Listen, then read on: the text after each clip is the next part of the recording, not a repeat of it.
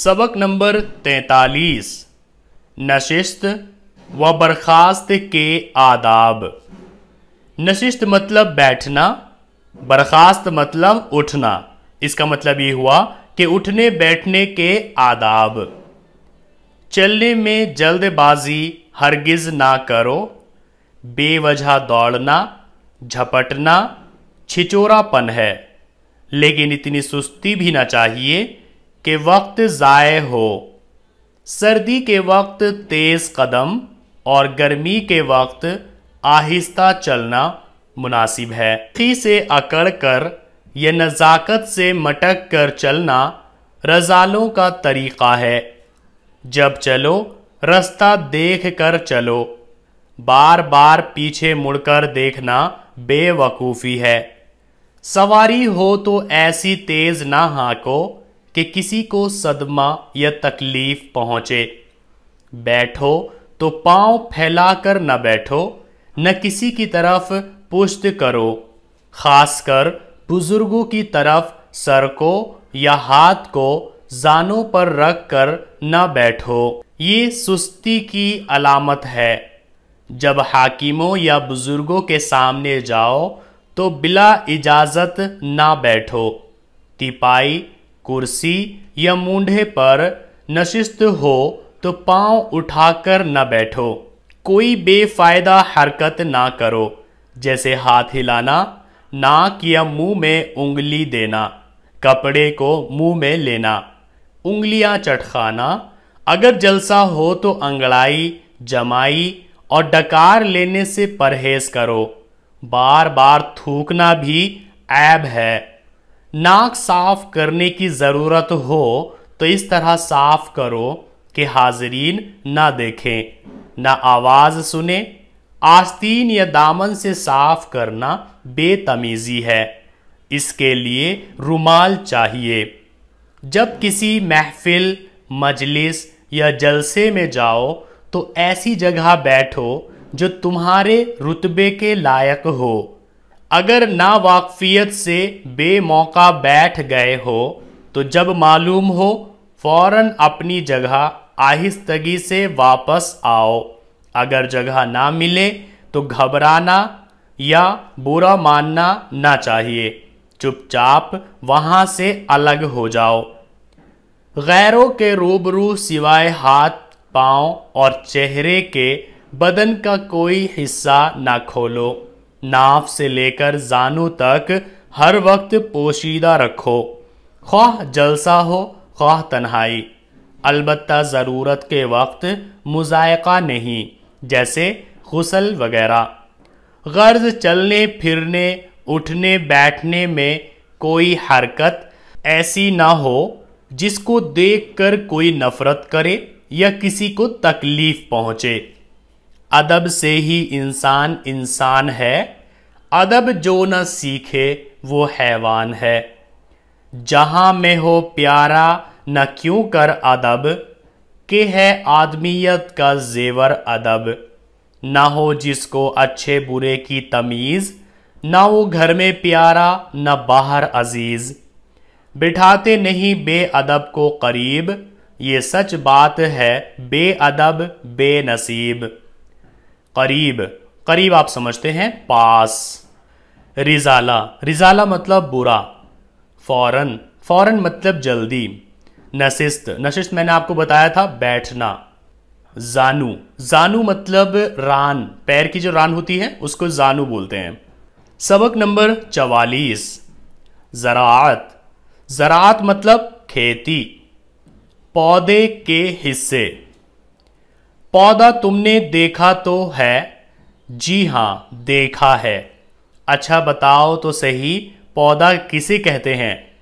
छोटे और मुलायम पेड़ को पौधा कहते हैं। वो किस चीज़ पर उगता है? ज़मीन पर। ये पौधा उखेड़ लो। बताओ इस हिस्से को जो पीला पीला है और जिसमें सूत के से रेशे होते हैं ज़मीन के अंदर, वहाँ इसकी क्या हालत होती है? बढ़ा करती है। अच्छा ये बताओ जड़ क्या काम देती है?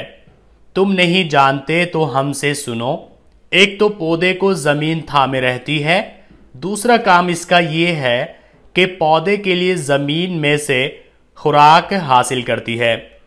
क्या पौधे को भी खाने पीने की हाजत है?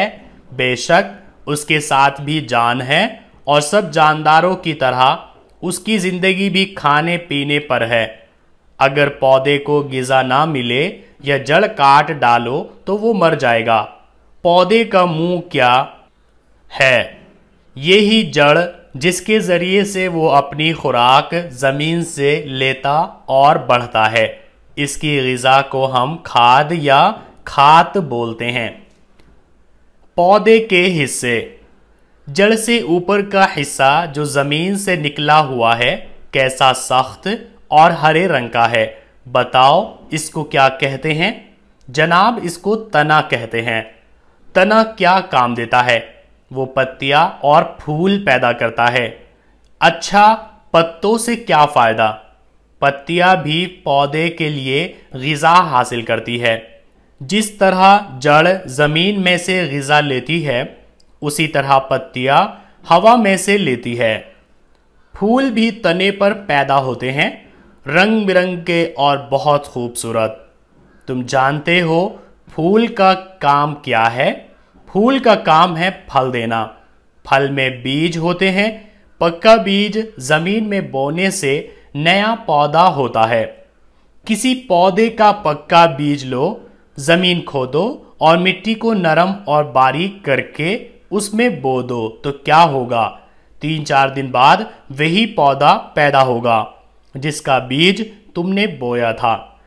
गेहूं से गेहूं का पौधा उगा, चने से चने का। पौधे की गिज़ा। तुमको ये मालूम हो चुका है कि पौधे की भी जान है।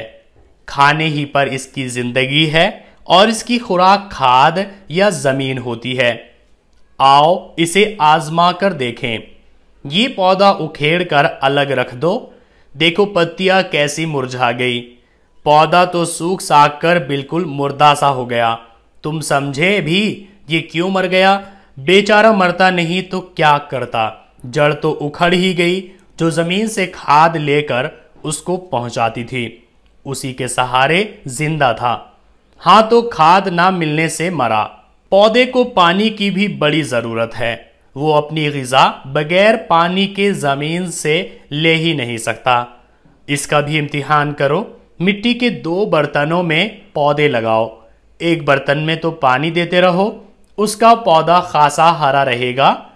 दूसरे बर्तन में पानी का कतरा भी न डालो तो उसका पौधा सूख कर मर जाएगा। देखो बरसात में पानी बरसता है तो किस्म किस्म के पौधे जमीन पर पैदा हो जाते हैं और जब तक जमीन में आल यानी नमी बाकी रहती है वो हरे बने रहते हैं। गर्मी के मौसम में जमीन सूख जाती है तो पौधे भी खुश्क और मुर्दा हो जाते हैं। गर्ज सूखी जमीन पर पौधा नहीं जी सकता, पानी ही से उसमें जान आती है। अच्छा, अब एक पौधे को तोल कर जलाओ तो तुम देखोगे कि बहुत बड़ा हिस्सा तो जल जलाकर हवा में जा मिला, बाकी क्या रह गया? थोड़ी सी राख। सुनो, जो हिस्सा हवा हो गया ये वही था जिसको पत्तियां हवा से लेती है। जो राख बची ये वो हिस्सा है जिसको जड़ ने पानी के साथ जमीन से हासिल किया था। पौधे की पैदावार। ये तो बताओ बोए हुए पौधों के कौन से हिस्से हमारे काम आते हैं? गाजर और मूली की जड़ें हम खाते हैं। शलजम और चकुंदर क्या है? हाँ, ये भी जड़ें हैं। ईख यानी ओख का तना हम चूसते हैं। आलू, अरवी यानी घिया, जमीन कंद की तरकारी बनाते हैं और शकरकंद को उबाल कर खाते हैं। ये भी एक किस्म के तने हैं जो जमीन के अंदर होते हैं। पालक, सोए, मेथी और खरफे की पत्तियों का साग पकाते हैं। पुदीना और धनिए की चटनी बनाते हैं। गोभी और कचनाल के फूल पकाकर खाते हैं। खीरे, ककड़ी, खरबूजा, तरबूज, लौकी, कद्दू और सेम के फल खाते हैं। अनाज जो हम खाते हैं सब के सब बीज है। गेहूं, जौ, जवार, मकई और बाजरे का आटा पीसकर रोटी पकाते और खाते हैं। मटर, चना, मूंग, माश की दालें पकाते और भुनाकर खाते हैं। सरसों के बीज से कड़वा तेल, तिल और तिली के बीज से मीठा तेल निकालते हैं। इनमें पकवान पकाते हैं, चराग में भी जलाते हैं। फसलें और जिनसें। तुम ये जानते हो कि साल में 3 फसलें होती है, खरीफ, रबी और फसलें जायद। मगर ये भी जानते हो कि हर एक फसल में कौन कौन सी जिनसें बोई जाती है। सुनो, खरीफ की फसल में जो जिनसें बोते हैं उनमें ज़रूरी ये है गल्ला दाना की जिनसें, धान, मकई, जवार, बाजरा, काकुन, मड़वा, कोदू। दाल की जिनसें अरहर, माश, मूंग, मूठ, लोबिया। तिलहन जिनसे तेल निकलता है, तिल, तिल्ली और अरंडी। रेशा जिनसे तागा निकलता है, कपास, सनी, पटसन, सन। रंग नील, मसालहा, अदरक, हल्दी। तरकारियाँ लौकी, कद्दू, तुरई, भिंडी। रबी की फसल में जो जिनसें बोई जाती है उनमें से ज़रूरी ये है गल्ला दाने की जिनसें, चना, मटर, मटरी, मसूर। तिलहन जिनसे तेल निकलता है, सरसों, राई, लाही, अलसी। रंग कुसुम जिसको कड़िया कोड़ कहते हैं। तरकारियाँ गाजर, मूली, आलू, लौकी, कद्दू और गोभी। गर्मी के मौसम में जिसको फसलें जायद कहते हैं, चनवा, सालवा बोते हैं। ईख ओख पूस में और कपास को फागुन में भी काश्त करते हैं। बहुत सी तरकारियां भी बोते हैं, खीरा, ककड़ी, लौकी, कद्दू वगैरह। तम्मत बिलखैर। आज हमारी उर्दू ज़बान की दूसरी किताब कंप्लीट हो गई है। अगले वीडियो से हम उर्दू ज़बान की तीसरी किताब शुरू करेंगे।